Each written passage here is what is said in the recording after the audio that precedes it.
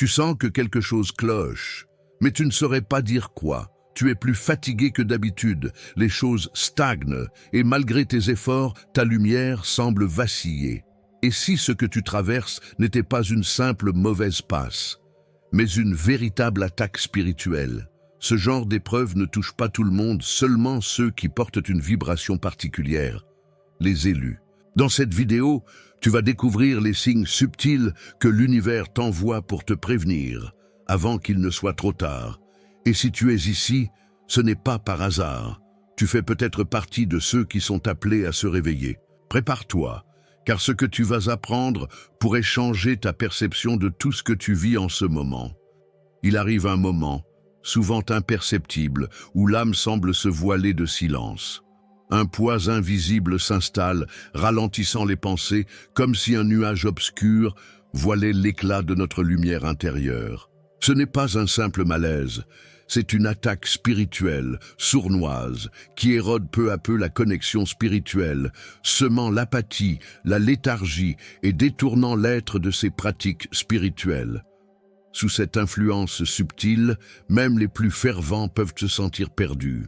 Le cœur devient lourd, la clarté se brouille et une fatigue physique inexplicable s'installe, rendant la méditation ou la simple prière presque impossible. Ce n'est pas une coïncidence, ce sont des forces négatives à l'œuvre, cherchant à éteindre la flamme intérieure. Et souvent, ce phénomène touche ceux qui sont sur le point de s'élever, les élus, ceux dont la lumière dérange l'obscur. Dans ces moments, il devient vital de se recentrer, de renforcer sa protection énergétique et de pratiquer une vigilance absolue. Utiliser un cristal de tourmaline noire, méditer à l'aube face au soleil levant ou simplement invoquer la guidance divine à travers un chant sacré peut rétablir l'équilibre. Et toi, as-tu déjà ressenti une perturbation sans cause apparente? Partage ton expérience ci-dessous. Ton témoignage peut éclairer quelqu'un d'autre sur ce chemin. Et si cette attaque spirituelle n'était que le prélude à un changement plus profond? Nous verrons comment l'âme commence à se détacher, parfois sans bruit, de ce qui la faisait vibrer autrefois.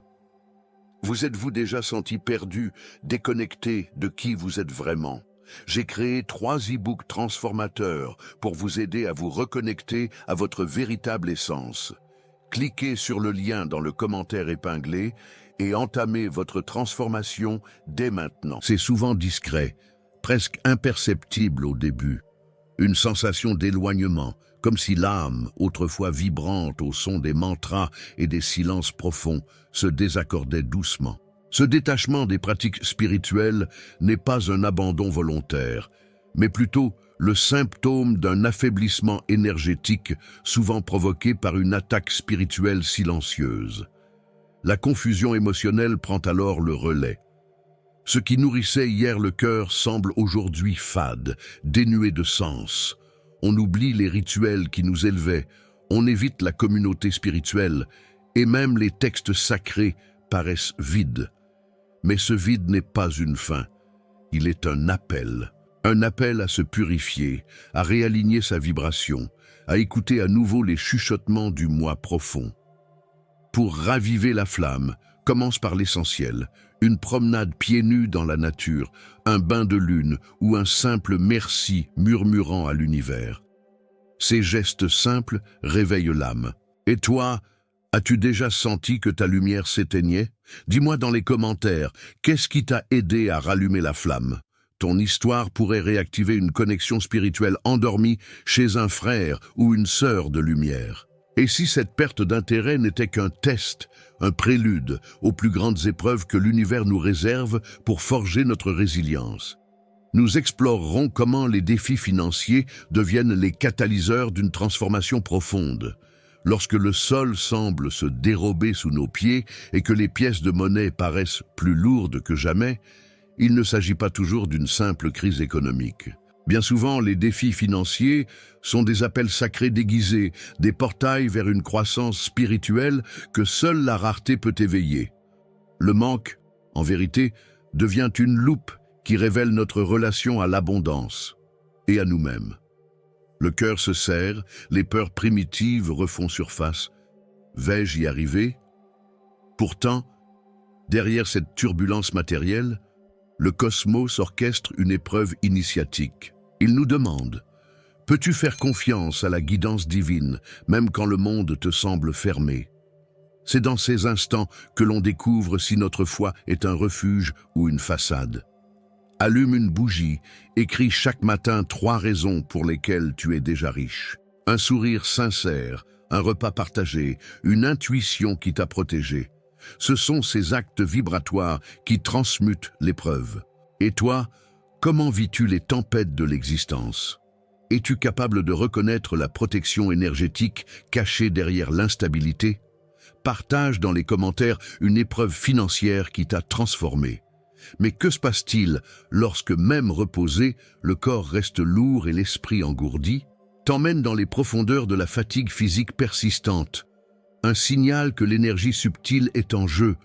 Le contenu vous a plu et il a fait une différence pour vous? Cliquez sur « Merci » et soutenez notre travail. Quand le corps hurle alors que l'âme chuchote, il y a là un mystère à écouter. Tu te réveilles après 8 heures de sommeil et pourtant tu te sens vidé. Ce n'est pas un simple épuisement physique, c'est souvent le symptôme d'une fatigue énergétique, un signe que ton champ vital a été infiltré, peut-être par des forces négatives invisibles, mais bien réelles. Ce type d'épuisement est subtil, il ne se guérit pas par le repos seul. Il demande une régénération profonde de l'être. L'attaque spirituelle ici se manifeste par un poids dans le corps, une lassitude inexpliquée et une difficulté croissante à pratiquer la moindre pratique spirituelle. C'est une alerte, quelque chose tente de te déconnecter de ta source intérieure. Rituel de régénération. Un bain de sel avec quelques gouttes d'huile essentielle de lavande, une méditation guidée au son des bols tibétains, ou simplement s'allonger sur la terre, les yeux fermés, pour se reconnecter à la vibration tellurique. Dis-moi, as-tu déjà senti ce genre de fatigue qui ne part pas? Partage ton ressenti. Ton expérience pourrait réveiller la vigilance chez un autre marcheur de lumière. Et si cette fatigue n'était que le voile d'un désordre plus profond? Car parfois, ce qui épuise n'est pas le corps, mais l'orage émotionnel qui gronde à l'intérieur.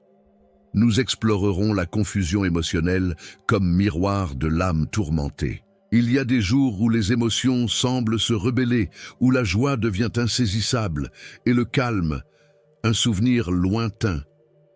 Dans ces moments-là, le tumulte intérieur devient un véritable labyrinthe. L'anxiété surgit, les pensées s'emballent, et une brume mentale s'installe. Ce n'est pas une simple instabilité. C'est souvent le reflet d'un combat invisible entre ton âme et des forces négatives qui cherchent à brouiller ta connexion spirituelle. Cette confusion émotionnelle agit comme une distorsion de ton canal intuitif. Elle te fait douter de toi, de tes ressentis, de la guidance divine. Tu ne sais plus si c'est ton cœur qui parle ou la peur qui crie. Ce brouillard n'est pas une faiblesse, mais un signal que l'ombre tente de court-circuiter ton éveil et qu'il est temps de restaurer ta protection énergétique. Reviens à l'essence, respire lentement, pose ta main sur ton cœur, répète doucement « Je suis en sécurité, je suis guidé ». La cohérence cardiaque, les bains de forêt, l'écriture intuitive, tous sont des antidotes à cette disharmonie. Et toi, as-tu déjà traversé une tempête émotionnelle sans en comprendre l'origine? Partage-le dans les commentaires. Ensemble, en communauté spirituelle, nous transformons la peur en conscience. Mais parfois, cette confusion n'arrive pas seule. Elle réveille des fragments du passé que tu croyais révolus. Nous verrons pourquoi les anciennes habitudes ressurgissent au moment où tu t'apprêtes à changer profondément. Juste au moment où tu pensais avoir tourné la page, voilà que ressurgissent ces gestes, ces pensées, ces comportements que tu croyais appartenir au passé. C'est troublant, parfois déstabilisant, mais ce retour n'est pas un échec. C'est un test spirituel, une ultime danse de l'ancien avant sa dissolution. Les anciennes habitudes reviennent pour vérifier si tu es prêt à incarner ta nouvelle vibration. Ce phénomène se produit souvent en période de croissance spirituelle intense. L'univers, ou peut-être ton vieil ego, tente une dernière fois de te ramener dans un espace familier. Ces automatismes, ces tentations sont les chaînes invisibles que tu dois briser consciemment. Il ne s'agit pas de les combattre avec rage, mais de les regarder avec compassion et clarté. Pratique suggérée, écris une lettre à ton ancien toi, remercie-le pour ce qu'il t'a appris, puis brûle-la dans un rituel de libération. Cela symbolise l'adieu au cycle limitant. Et toi, as-tu remarqué un retour étrange de vieux schémas, au moment où tout semblait évoluer? Décris-le en commentaire. Ton expérience peut aider un autre marcheur à ne pas confondre recul et intégration. Et quand ces vieux comportements nous isolent du monde, que se passe-t-il? Explore le retrait de la communauté spirituelle, une conséquence subtile mais profonde de ces perturbations intérieures.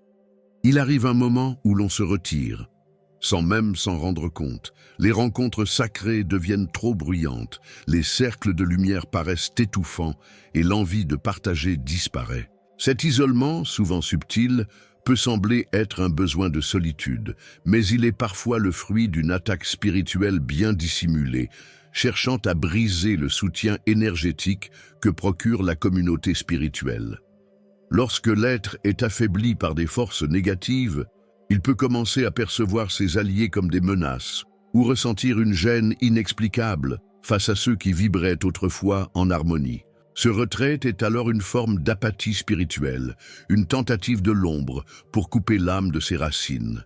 Mais la vraie solitude n'est jamais un vide.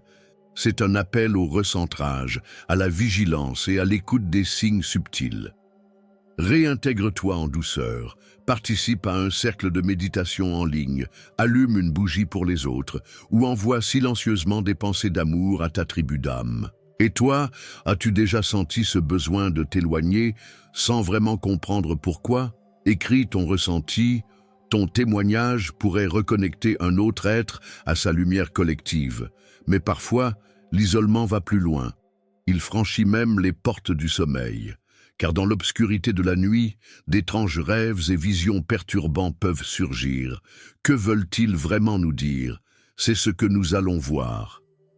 Il est des nuits où les songes prennent la forme d'oracles, des images chaotiques, des symboles anciens, des sensations si réelles qu'elles te poursuivent au réveil.